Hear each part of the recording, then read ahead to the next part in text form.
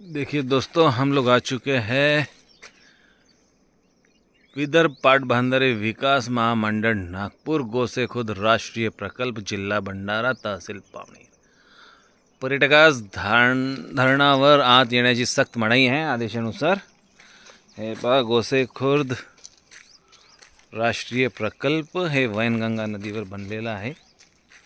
खूप मोठा आणि खूप सुंदर आहे, अतिम विस्मरणीय।